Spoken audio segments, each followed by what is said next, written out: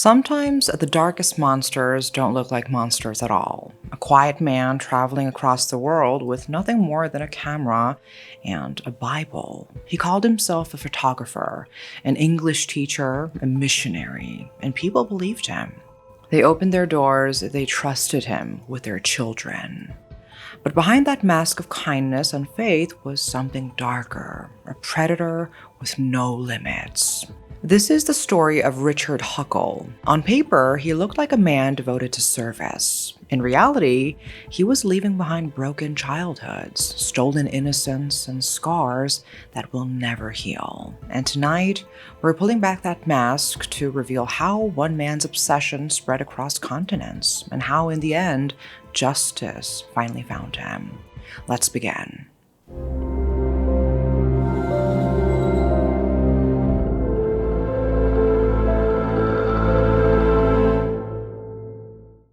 October 13th, 2019, inside one of England's toughest prisons, HMP Full Sutton.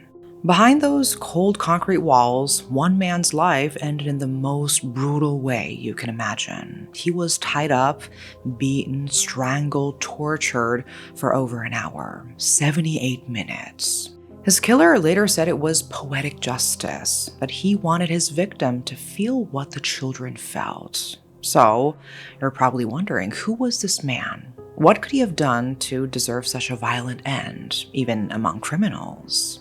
His name was Richard Huckle, and to understand why another prisoner went to such lengths to destroy him, you have to know the monster he really was. On the outside, Huckle looked ordinary, a Christian missionary, a volunteer, a photographer, just another soft-spoken young man who said he wanted to help children. But behind that mask was one of Britain's worst pedophiles. For nearly a decade, he targeted the most vulnerable kids he could find, poor children in Southeast Asia. He groomed them, tricked their families, and then abused them. He filmed it, he photographed it, he shared it online with thousands of other predators. And he didn't stop there. He even wrote a how-to manual teaching others how to do the same. By the time investigators finally caught him, police believed he had abused more than 200 children. So who was Richard Huckle really? How does someone go from an awkward, quiet kid in Kent to a predator hiding behind a Bible and a camera? And how did his life end so violently inside a prison cell? Richard Huckle's story starts far from the prison cell where his brutal end would come. Born into a middle-class family in Ashford, Kent on April 1st, 1986, Richard seemed like any ordinary kid. He went to Harvey Grammar School in Folkestone, a well-regarded school. To his peers, Richard was a bit of a loner and awkward. Some classmates even teased him, calling him rat-like because of his appearance. Still, most thought he was harmless, just a quiet, fairly normal guy. He wasn't perfect. He dabbled in small-time mischief like selling fake Pokemon cards, but nothing that hinted at the darkness to come. Then, on his 17th birthday, he received what seemed like an innocent gift, a digital camera.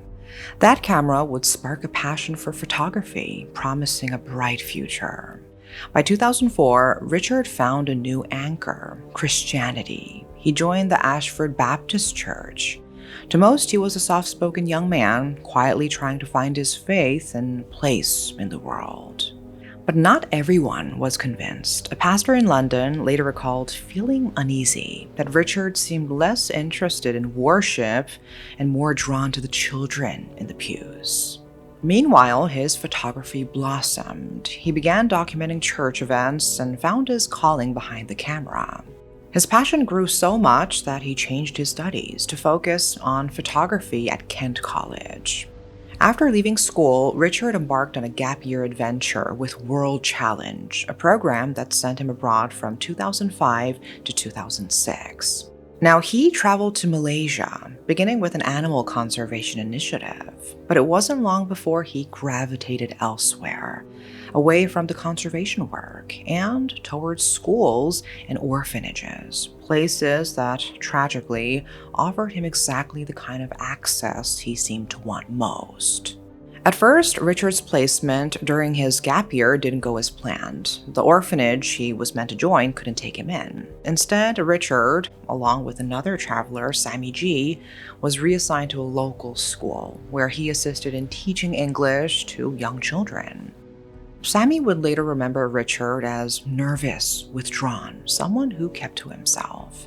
In fact, he barely interacted with the kids at all. On the surface, he seemed quiet, almost shy, but something about him didn't quite fit. And when it came to working alongside his older peers, Richard appeared indifferent, uninterested in bonding with anyone at all. What looked, at the time, like awkwardness and self-isolation was only part of the story. The person Richard was becoming would soon emerge in ways no one could have imagined. By October 2005, Richard had moved into a new World Challenge placement, this time at Praise Church. On the surface, it probably looked like the perfect environment for him. A supportive community, a congregation that welcomed him in, even allowing him to teach Sunday school to their children. But what no one knew then was that for Richard, Praise Church wasn't just a calling. It wasn't just service. It was a hunting ground, a place where he could quietly, carefully position himself among the very children he would later target. Richard Huckle kept a diary. Now, this isn't uncommon with predators like him. Right after he started working at Praise Church, his diary filled with unsettling entries, foreshadowing horrors yet to come. One chilling note described how he got some of the kids to sit with him, cuddling them. He even wrote about pulling out a mattress to have what he called a relaxed session. The church insisted he never had unsupervised access to children, and technically he wasn't even a Sunday school teacher. But the truth is different. The organization running his gap year, World Challenge, confirmed he was actually dropped after a parent complained about him hitting children. But in a shocking turn, less than a week later, the same church hired him independently, and there he was, back around the kids again. World Challenge had no control anymore. Richard's diary showed he was well aware of how this worked to his advantage. He learned Tamil so he could talk to children and their families in their own language. The locals trusted him. They welcomed him as family. What seemed like a kind-hearted visitor was really a predator hiding in plain sight. At Praise Church, Richard grew particularly attached to one child in the congregation, and she wasn't just young. She was 3 years old, just 3. And this is the part that's really hard to even talk about. Over the span of years, Richard repeatedly abused her. This isn't an allegation, it isn't speculation, it's fact. And remember that the camera he got for his 17th birthday, the one that kickstarted his so-called passion for photography, well, he used it, not for art, not for stories, but to document what he did to that child. And if that's not horrifying enough, he even made her sit and watch the videos he took of her while abusing her further. It's the kind of cruelty that forces you to stop and ask, how can someone even be this evil?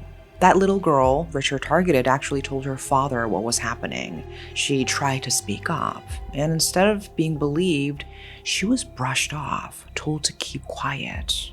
And what a devastating, horrible mistake, because Richard didn't just stop at Praise Church. He managed to worm his way into a nearby village, a tiny, close-knit community made up mostly of poor, uneducated families from India. He came in under this polished disguise. He showed up as a freelance photographer, smiling, presenting himself as this helpful young man who just wanted to give back. And the villagers, they welcomed him. They gave him food, a place to stay, and trusted him around their children. They later said he never showed any strange behavior, that to them he seemed completely normal. And that is the scariest part, because looks can be so deceiving. Richard Huckle's abuse started small, pictures, but over nearly a decade, he systematically preyed on almost 30 children from that one Malaysian village, ages 4 to 7. He escalated from photos to physical abuse and control. And people noticed, red flags popped up, concerned parents spoke out, but their warnings were silenced and ignored.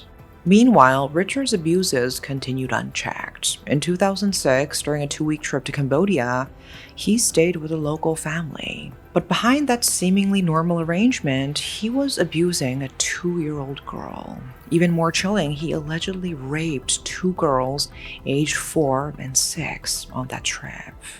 He returned the following year, staying in the same household, indicating the abuse likely continued. After his gap year, Richard didn't leave Southeast Asia. Instead, he moved back and forth between Malaysia and the UK, finally settling in Kuala Lumpur in 2010. There, he earned a CELTA qualification and a student visa, worked as a freelance photographer, and started advertising himself as an English tutor. This was his perfect cover. He wasn't just sneaking in, he was welcomed, paid even, by families and schools, providing him access to children. He'd hang out at local spots like Port Dickson, snapping photos of kids playing on the beach. Then, he'd approach parents with free photos and offers for free English lessons. Families trusted him. It seemed like a win-win. Richard even bragged in his diary about going back to Port Dickson, staying with family number 12, getting close to babies. The absolute nightmare this man inflicted doesn't end. Over 9 years, he made multiple trips to India, attending orphanages. Thankfully, some staff kept wary eyes, not allowing him alone with children. Still, many fell victim to his manipulations. This was the face of a monster living behind a mask of faith and goodwill. Because even without being left alone, he still managed to find ways to worm his way around kids. And in too many cases, it worked. In 2013, Richard resurfaced in India, targeting the New Hope for Children orphanage. He emailed Pastor George Fernandez directly, writing, "I'm interested in visiting your orphanages in Bangalore and Amber. It would be a great experience to meet and help the children." He presented himself as professional, highlighting his basic Tamil, photography, and editing skills, making it hard for the pastor to refuse. Fernandez not only welcomed him, but even let him stay in his home for 2 days. Disturbingly, the pastor later recalled that Richard never once made eye contact, as if he couldn't bear being truly seen. Richard later emailed again, eager to return, but never did, perhaps sensing Fernandez was not easily manipulated. After Richard's arrest, years later, the orphanage posted on Facebook that he was never left alone with the children, and none was harmed. Still, there has been no official investigation into his time in India, and knowing his history, it's difficult to believe he was ever near children without causing harm. What's even more shocking is Richard wasn't just abusing these kids, he was profiting from it. He used this camera to film and photograph almost everything he did to his victims, and then he turned it into currency. He uploaded those horrific files to the dark web, where his abuse became a product. Since around 2005, Richard Huckle had been posting not just a handful of images, not just dozens, but hundreds of thousands of photos and videos. Richard had his favorite online spaces, but his top destination was a site called The Love Zone. Now, thankfully, that site is no longer accessible on the dark web, but back then it was one of the biggest, most secure hubs for pedophiles around the world. A central place where monsters like him didn't just hide. They thrived, they traded, they bragged. It was their twisted community. So, let's talk about the Love Zone. This wasn't some small hidden chat room. It had about 45,000 active members worldwide. And it gets worse. The site was organized with categories like a cruel marketplace, where users could select the types of child abuse material they wanted to see. Thousands of predators shared images and videos purely for their own sick pleasure. So you might wonder, how did law enforcement not shut this down sooner? The answer lies in the site's strict rules. Members had to upload new abusive material at least once a month to keep their account. No uploads, no membership. And if the site suspected anyone was under cover of law enforcement, that account was immediately wiped. The more content a member shared, the higher their rank. The absolute top tier was called the producers area, reserved for the worst offenders who created original abuse content. And yes, Richard Huckle was one of those elite producers. By 2014, police weren't just watching from the outside, they were inside the love zone. The Australian task force Argos had quietly taken control of the site and began monitoring its roughly 30 most active members. And here's how they caught them. Police used a horrific child abuse video as bait, with a hidden hyperlink that logged the user's IP address when clicked. This method linked predators to their online identities, but the investigation actually started with Project Spade in Canada in 2010, where police uncovered a global abuse distributor called Azul Films. That led to 345 arrests worldwide, including an Australian who belonged to the Love Zone. This arrest gave Task Force Argos their key into the Love Zone, allowing them to hunt down the site's owner, known as the Rat King. They tracked the owner by his distinct writing style and peculiar phrasing, eventually tracing him through photos he posted revealing his vehicle's license plate. When police arrived on Christmas Day, they found a Shannon McCall logged into the Love Zone at his doorstep. McCall had decades of accusations and convictions, yet still worked with children. He was sentenced to 35 years, later reduced to 28, for cooperating with police. With McCall behind bars, the Love Zone became police property for 6 months. During that time, Task Force Argos mapped the entire network, created offender lists, and focused on the worst offenders, the elite producers. And at the very top of this list of producers on the Love Zone was Britain's own Richard Huckle. By then, he was firmly in the elite tier of the site, uploading new original abuse material weekly, fresh content of children he personally abused. Richard cared deeply about his status. He openly looked down on members who simply shared recycled content, condemning them as fakes. To him, only those producing original material like himself were real predators. This was the twisted legacy he wanted to leave behind. He even perversely branded his abuse, giving titles to his files and calling his abuse locations his studio. The sheer delusion is staggering. But ironically, even among this depraved community, Richard wasn't popular. His arrogance and bragging made him unlikable to other predators. Still, he wasn't careless. He took steps to cover his tracks by blurring children's faces, wiping metadata from files, and obscuring backgrounds, thinking he was untouchable. However, he slipped up in a critical exchange. When another predator lamented that Richard lived too far away, he smugly replied, "I'm probably closer than you think." And that comment tipped investigators off, signaling his location in Southeast Asia, specifically Malaysia. The biggest breakthrough, however, came not from his digital files, but from his Olympus camera. Despite his attempts to erase data, some pictures contained metadata revealing the camera make and model. Police searched Flickr and found legitimate photos of Malaysian children taken with the same camera. This evidence unraveled quickly. The photos linked to one of Richard's email accounts, which was connected to his photography business, Huckle Photography Productions, based in Kuala Lumpur. Further, his personal Facebook profile, where he posted innocent-looking pictures of children he abused, was uncovered. Parents and friends saw these photos, not knowing the horrific crimes behind the innocent smiles. Because Richard was British, all the intelligence was passed on to UK authorities. But for 4 more months, he remained free. Because Malaysian officials said there wasn't enough evidence to act, and in those 4 months, no one knows how many more children suffered. Richard's arrogance finally caught up with him when he bragged online that he was coming home for Christmas. On December 19th, 2014, as he stepped off the plane at Gatwick Airport, police were waiting. And before he could even hug his family, he was handcuffed. Officials seized everything: laptops, hard drives, cameras. Richard refused to give up passwords, no confessions, no cooperation. And at one point, it seemed like this monster might slip through again.